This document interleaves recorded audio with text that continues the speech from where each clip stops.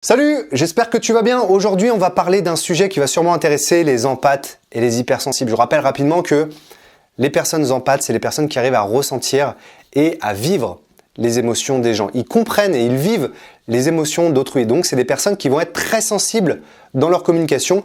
Ils sont capables tout simplement de comprendre ce que vit l'autre. Ils savent poser des mots dessus, mais le problème, c'est qu'ils ressentent également ce que vit l'autre en face.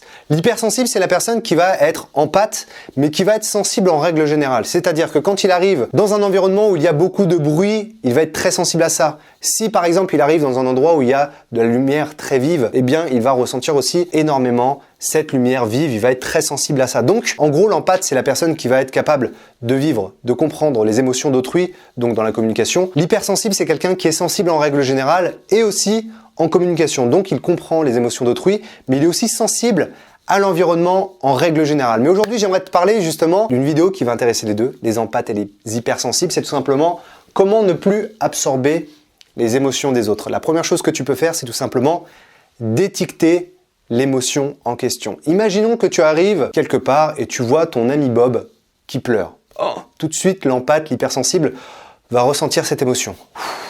C'est-à-dire que tout de suite, il va savoir que Bob va mal et il va ressentir cette émotion. La première chose que tu dois faire, c'est tout simplement de savoir est-ce que cette émotion, c'est la mienne ou est-ce que c'est celle de Bob, Patricia, Barbara, on s'en fout. C'est la première chose à faire. À partir de là, ça te permet de prendre de la distance par rapport à ça. Si ce n'est pas mon émotion, je ne dois pas la ressentir, je dois la comprendre. Peut-être que je vais pouvoir aider Bob, ou peut-être pas, comme on le verra juste après. Mais la première chose que tu dois faire, c'est tout simplement de savoir est-ce que cette émotion t'appartient ou pas. Le simple fait de rationaliser, de te poser cette question très simple, ça te permet de prendre de la distance. Évidemment, ça demande de l'entraînement, mais quand tu arrives quelque part et que tu vois quelqu'un dans une émotion, est-ce qu'elle m'appartient cette émotion ou est-ce qu'elle appartient à la personne en face? Donc, étiquette cette émotion. Donc, je t'ai fait, regarde, c'est un magnifique schéma.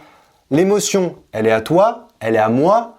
Quel comportement j'ai? À partir de là, je vois Bob qui va mal et je sais que cette émotion appartient à Bob. Est-ce que j'ai la capacité, moi, en tant que tel, d'aider Bob? Est-ce que j'ai la force mentale pour ça? Oui ou non? On va voir que c'est directement lié à la deuxième technique. Est-ce que je peux aider Bob? Si c'est une émotion qui m'appartient, qu'est-ce que je dois faire justement pour changer cette émotion et aller vers quelque chose de plus positif? En bref, la question que tu dois te poser, est-ce que je peux aider la personne en face de moi, sachant que cette émotion lui appartient? Et comment je dois m'aider moi si cette émotion m'appartient? À partir du moment où on sait que cette émotion appartient à Bob, voilà ce que tu dois faire, c'est la deuxième étape, ou le deuxième moyen, qui rejoint l'idée numéro 1, c'est de poser des limites. Bob arrive vers moi et me dit « Oh là là, c'est terrible, y a Jessica qui m'a quitté et je sais pas quoi faire. Est-ce que tu peux m'aider ?» Ok, est-ce que j'ai le temps pour aider Bob? Est-ce que j'ai l'énergie pour ça? Là, la question elle se pose, c'est est-ce que ça va drainer énormément mon énergie? Sachant qu'une personne empathe, une personne hypersensible, a une particularité, c'est tout simplement que c'est une éponge émotionnelle. C'est-à-dire qu'elle ressent les émotions d'autrui constamment. Donc, est-ce que tu as l'énergie nécessaire pour aider ce fameux Bob? Oui ou non? Quel temps ça va me prendre? Est-ce que j'ai du temps pour ça? Oui ou non? Donc la question qui est liée au temps et à l'énergie, c'est vraiment lié à ton épuisement émotionnel, ton niveau d'épuisement émotionnel. Est-ce que tu es capable, toi, en tant que tel, à l'instant T, d'aider Bob? Oui ou non?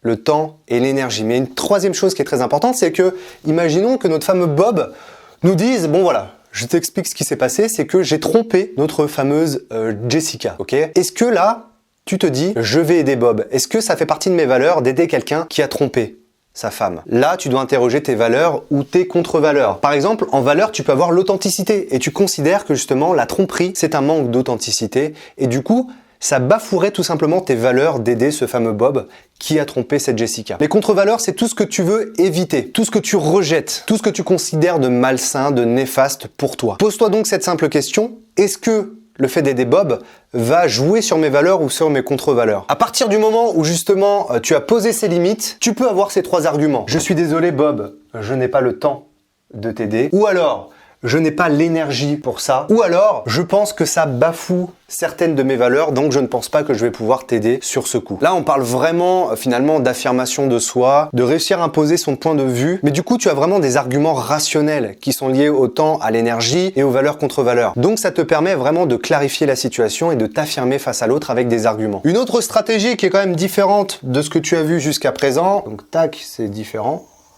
voilà, c'est de clarifier les attentes. Quand on est empathe, quand on est hypersensible, notre problème c'est qu'on veut aider au-delà. On a le fameux syndrome du sauveur souvent, c'est-à-dire je vais vouloir aider davantage, je vais vraiment me plonger dans cette émotion et vouloir aider l'autre comme si j'étais l'autre justement. Donc ce qui est très important, c'est tout simplement de clarifier les attentes de Bob. Imaginons qu'il ne bafoue pas tes valeurs et que les limites ne sont pas dépassées. Donc à ce moment-là, tu dois tout simplement lui demander qu'est-ce qu'il attend de toi. Dis-moi Bob, alors qu'est-ce que tu attends de moi? Qu'est-ce que je peux faire pour toi? Comment je peux t'aider? Et à partir de là, tu dois savoir oui ou non, est-ce que tu peux aider ce Bob? Il est très important de prononcer le mot oui ou le mot non. Je peux t'aider, je ne peux pas t'aider. Le fait de clarifier, ça te permet tout simplement de savoir qu'est-ce que tu dois faire face à la situation et de ne pas donner trop d'énergie et de temps à cette situation. Et pour le coup, c'est Bob qui décide quel est ton rôle que tu dois avoir dans cette situation, mais c'est toi qui décides au final si oui ou non tu vas pouvoir aider ce fameux Bob. Et donc, pour justifier de ton oui ou de ton non, est-ce que ça va me prendre du temps? Est-ce que ça va me prendre trop d'énergie? Le fait de clarifier la situation, ça te permet de pas trop étendre ton rôle et d'impliquer trop d'émotions dans l'action. Numéro 4, se recentrer sur le présent.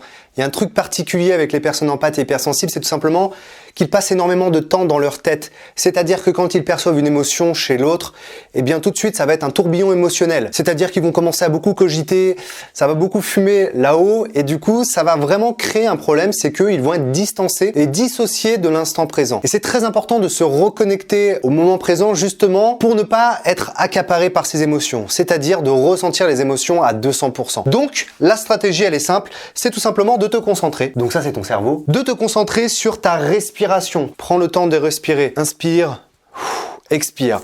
Ensuite, sur ton environnement. Qu'est-ce qui se passe autour de moi? Sur quoi je peux me concentrer dans l'instant présent pour justement me reconnecter ici et maintenant. Tu peux tout simplement prendre une posture particulière, prendre conscience des pieds dans le sol, ancrés, de la place de ton langage non verbal dans l'environnement, la place de l'autre, regarder par exemple un détail chez ton interlocuteur, vraiment te concentrer sur l'autre. Donc ça, c'est un bon moyen de te reconnecter dans l'ici et maintenant et ne plus être dans ta tête, avoir des émotions et d'être ultra connecté à son esprit. Et enfin, prendre conscience de soi, où je suis dans l'instant, avec qui je me trouve, à quel endroit, qu'est-ce que je fais, comment je me sens, et ensuite de prendre conscience de l'autre. Qui est-ce? Qu'est-ce qu'il ressent? Qu'est-ce qu'il me démontre? Quelle est son identité? Depuis combien de temps je le connais? Bref, de vraiment prendre conscience de soi et enfin de l'autre. Donc ces 4 stratégies te permettent tout simplement de ne plus être trop absorbé par les émotions d'autrui. C'est tout simplement réussir à se reconnecter à soi, à s'affirmer en tant que tel et ne plus avoir la sensation d'être l'autre. C'est vraiment le problème des personnes hypersensibles et empathes, c'est qu'ils peuvent avoir l'impression de complètement être déconnectés de qui ils sont.